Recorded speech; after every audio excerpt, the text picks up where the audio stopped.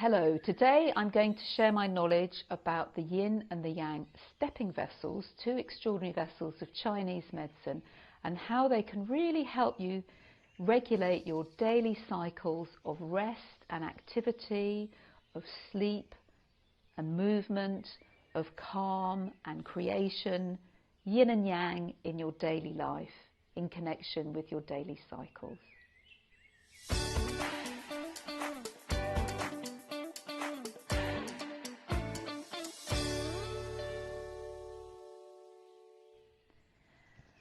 So, what are the yin and the yang stepping vessels? Two of the extraordinary vessels of Chinese medicine.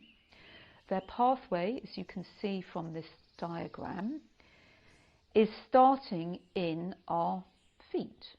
And so, and in fact, its character, its Chinese name, includes part of it expresses our feet. So there is a strong connection with our feet, so our feet very much representing our connection to the earth, where now my feet are resting.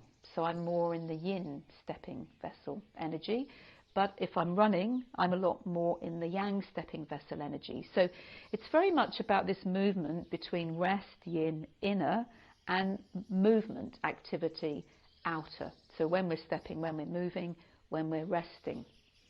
Beginning in the foot, it is said to start in the ankle. In fact, in the heel. So sometimes it's known as the heel vessel. It's inside the heel. And our heel very much develops out in embryology. It develops out of our pelvis. So a lot of the points in the heel do relate back to our pelvis and to organs of our pelvis, kidneys and bladder. In fact, the starting points are on the kidney and the bladder meridian. And the stepping vessel ends, as you can see, at the inner corner of our eye, bladder 1, which is actually very closely related to our pituitary gland and our pineal gland. Pituitary gland is a major hormonal gland, neuroendocrine gland, regulating growth and reproduction. And that's very much the domain of the extraordinary vessels. So it's very important for all our reproductive activities, for our hormonal system, and links into our brain as a whole. Because the Chinese didn't really understand the endocrine glands in the way that we now do, but they understood that with our eyes, we can open our eyes and be more alert, more yang, more awake. But we can close our eyes and go more into reflection. And we're actually, in a way, constantly doing this throughout the day. That's really what the stepping vessels regulate. This constant adaptation to our external and internal environment. So the yin and the yang stepping, we could say, are the fastest movement within the extraordinary vessels. They're constantly helping us to adapt to the present moment on all levels. In a way, we could say they're bringing information from the outside world through our feet, through our heels, through our ankles, and then in their pathway, which you can see, it comes up through our legs. So the legs are an important part of it, how we move, how we respond in different situations. That's the physical movement aspect of it. Connecting into our hips and our pelvis. And if you remember, the extraordinary vessels are very much regulating our bones. So any issues with bones especially in our ankle, in our heel, in our legs, in our knees, in our thighs, but connecting into our pelvis. So our pelvis, very important area, and we'll learn there's also another extraordinary vessel called the girdle vessel, which connects everything up within our pelvis. But the stepping vessels are bringing this movement, physical, emotional, back into our pelvis. And there's a point here, gallbladder 29, that you can connect with. If you put your fingers on the tip of the front bone, the anterior superior iliac spine, and then feel about a third of the way to your sacroiliac joint. But if you put your fingers on this bone at the front and then your thumb coming back a bit, you'll feel there's a point like a hollow in the bone. It's called bone hollow. and that connects in with your whole pelvis. This point is in fact shared with another pair of vessels because there are areas where vessels interconnect, the yang linking vessel. And then there aren't really many points in between the pelvis, any points, and the shoulders, because this whole area is more regulated by the conception vessel and the governing vessel, which I've done another video on, and the penetrating and the girdle vessel. So it's like the stepping vessels bring this energy from the outer world back to the centre, and the central channel, the vertical axis, the midline of our body, is regulated by those vessels I just described, which I like to think of as the inner family of the extraordinary vessels, which are the first to arise in our embryological development. We develop from our midline. But then, already it's quite quick. At 4 weeks, we have hands developing. And you could say our hands are an expression of our heart. And at 5 weeks, our feet develop. And that's the appearance, and we can see that they actually do literally emerge out of the inner family, this outer family of the stepping vessels, which start in our feet, and of the linking vessels, which start in our hands, which I'm going to be talking about in another video. But they overlap, because when we're walking, we're connecting to our hip, and when we're walking, we're also moving our shoulders, and there is a connection back to our heart, also an organ of the extraordinary vessels. As we're walking and moving, part of adapting to our environment is also adapting to other people in our environment and choosing the appropriate action. So if we meet someone in our environment that we feel is perhaps feeling a bit angry or aggressive or not in a good mood, and we maybe don't want to spend time with them, then we can move away, we can step away and not be with that particular person. But somebody else, we might feel, we want to connect with them, and we can walk towards that person. So it's very much about how we bring, and the linking vessels as well in a slightly different way, but this outer family of the stepping and of the linking is about how we bring the energy of our outer world back into our central axis of the inner family to be digested, to be processed, to be understood. So I've chosen to talk about the stepping vessels because they're very directly connected to the conception vessel and the governing vessel, but indeed the penetrating and the girdle, as I've already said. But this last point, bladder 1, then it connects back into this central line. And conception vessel and governing vessel, like the yin and the yang stepping vessel, are regulating this movement between yin and yang.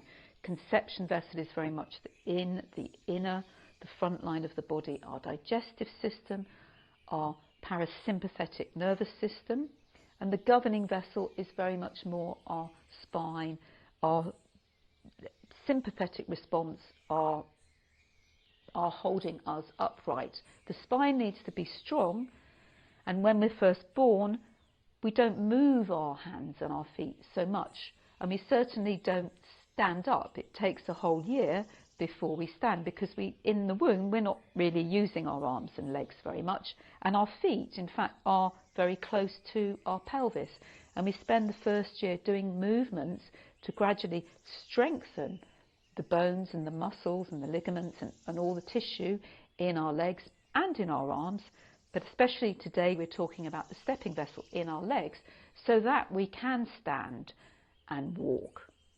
And so it carries all that energy of how we've moved from being in the fetal position in a more yin space, and how we gradually start to become more aware of the outer world, and then eventually we stand up. And that's kind of the nature of the stepping vessels, indicates that we have that capacity to stand, be tall, to take our place in the world in a new way, than in the previous year, and certainly when we were in the womb. It's another stage of separation from our mother, that we have the capacity to move away more quickly, and through our life we will be able to step out into the world. So it's got that idea within the stepping vessel's name, and also that we can stand upright and take our place. There's a standing posture. Here I am me. How do I present myself to the world? That's one of the affirmations that I like to give for the stepping vessels. I am fully present in each moment. And that's very much the energy of children. They're exploring the world for the first time, many things they haven't seen before, and there's this presence and alertness and adaptability to the changing environment, feeling heat, feeling cold for the first time, exploring the world.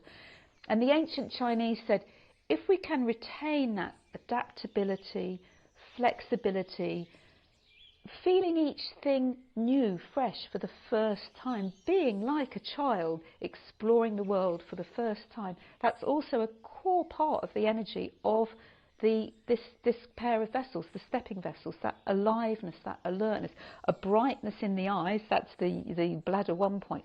Brightness in the eyes, responding to the situation, fully engaging. I am fully present is one of the affirmations. But also, I am constantly adapting. I'm constantly checking out. Like a young child, is this safe? Obviously not thinking of it in that way, but do I want to move towards this situation? Do I want to move back from this situation?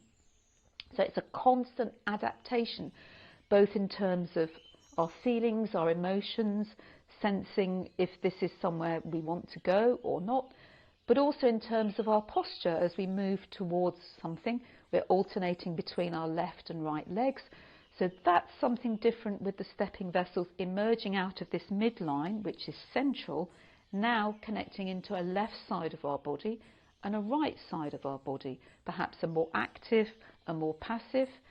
Different traditions associate yin and yang with different sides of the body, so I won't go into that too much, but there's a left and a right side, and we can move more forward with our left. We maybe have a dominant side, a less dominant side. So there's that shift also in the stepping between the left and the right sides of our body, and when we're walking, we're moving our arms and adapting. But we don't in our life just move forwards or backwards. We can change direction, we look and we see. And so the points in the hips, the yang vessels, gallbladder, if you know your 12 meridians, that's very much about movement, yang energy, having an overview and changing direction, being able to change direction in life, but especially in the current moment, is very related to the stepping vessels. Being able also, there's the point gallbladder 20 in the neck, turning the eyes and looking. So not just looking forward, but looking side to side. So to be fully present, we're often using our eyes, and we can use our eyes to see, but also to look to left and right, to orientate ourselves. So they're very much also vessels of how we orientate in an environment. Are we able to choose the appropriate response? So the yang is more, I talked about the nervous system for the conception and governing vessel, but the yang is also more like the governing vessel, the sympathetic nervous system, the engagement, the activation, the mobilization. And if that gets too agitated, you get people that are constantly moving around, constantly eyes wide open, alert, over alert, overly adrenalized. They're related to the adrenals as well, the nervous system response. Overly adrenalized, more in this fight or flight response. And we know that if we spend too much time in a fight or flight response, we get quite depleted. So I got into a sort of overactive yang to get you to feel that. That's overactive yang.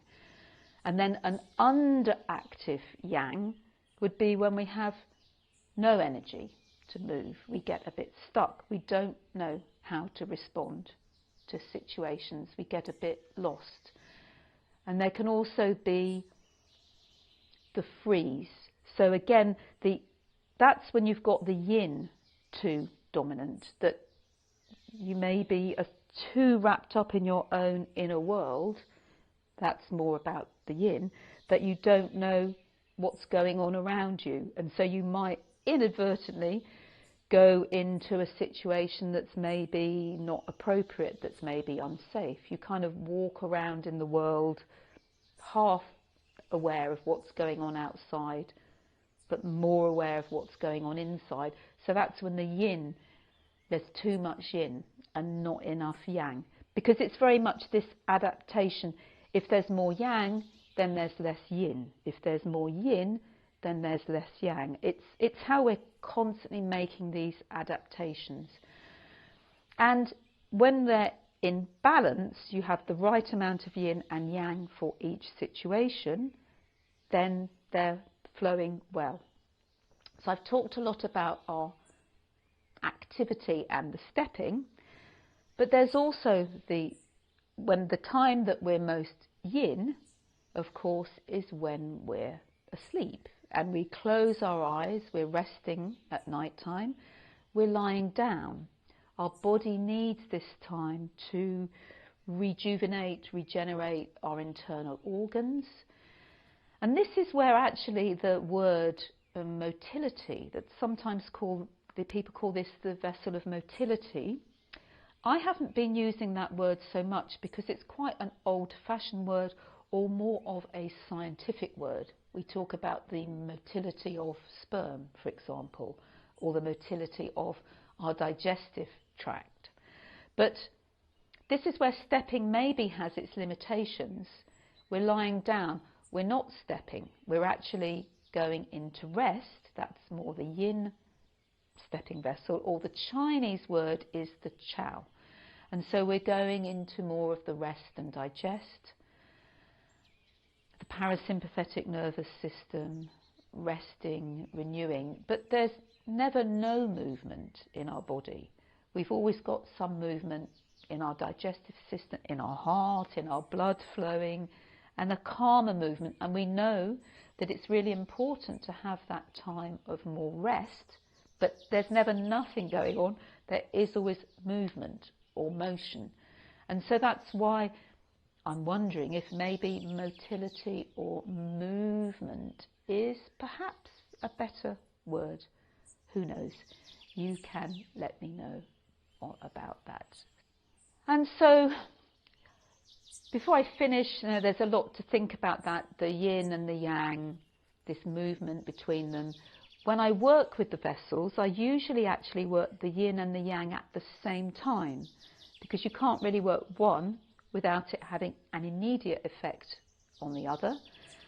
The yin and the yang stepping or motility vessels are the most closely related to our daily cycle, the 24-hour clock and flow of energy within the 12 meridian system. So you can see, hopefully, that they're regulating the 12 meridians in a very direct way, because as they change the overall yin and yang in the body, this is impacting on the 12 meridians. So in terms of what they're helpful for, basically pretty much anything in the body. I've talked about the legs and the bones and the hips and the brain and the nervous system response, but they're actually regulating all of our internal body systems. They're regulating our internal body clock. They're regulating sleep, wake cycles, and so they're regulating all of our digestive organs. They connect with our heart, they connect with our brain. So they're quite important. If they're out of balance, if we're not able to mobilise, so mobilisation, again another word, mobilise our body's resources, energy, it's more than energy, it's the whole body functioning of organs. There's a very physical aspect to it. And this also affects, because the Chinese don't separate our physical body from our emotional body, it affects how we feel. If we're always rushing around, we're going to be quite agitated. That will affect how we respond to people, the tone of our voice, how safe we feel or not. If we're always adrenalised, we're probably not feeling that safe. If we're always a bit in our own little world, how do we know how we're relating to other people? So everything is interconnected. I want to just share as a final thought on the name, the Qiao. So it's called the Yin and the Yang Qiao. So in this ideogram, you will see there's a left part and a right part to it. Now the left part represents the feet. So there is this connection to our feet, and that is very much the nature of our development that I was sharing with you, and walking and moving, and they begin in the heel, as I've said.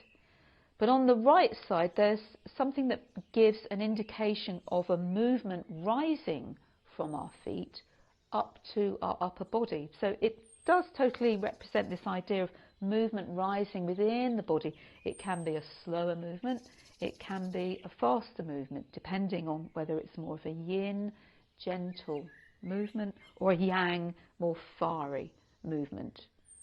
There is also water and fire within these two vessels. So I hope you've enjoyed pondering on these different, this pair of vessels, which are really quite important for regulating both our day-to-day cycles, our 24-hour clock, but also how that goes back to our basic energy, the governing vessel and the conception vessel, which in turn is going to have an effect on our longer cycles as well.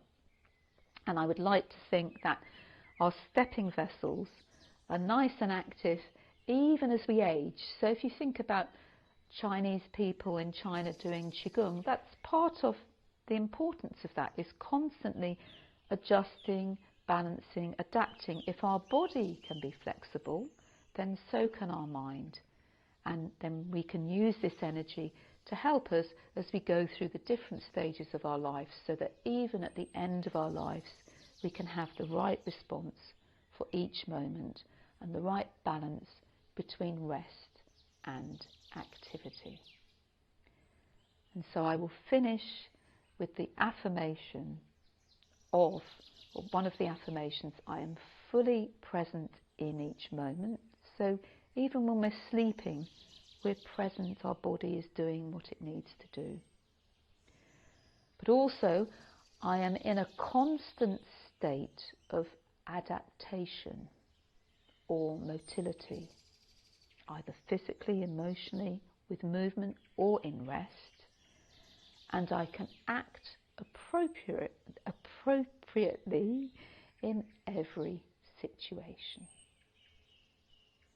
So thank you for pondering the yin and the yang, Qiao, stepping, motility, heel, ankle, vessels.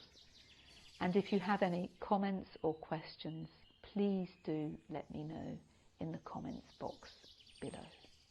And if you like this video, you might want to watch other videos on the extraordinary vessels, so do subscribe to my channel for the latest videos.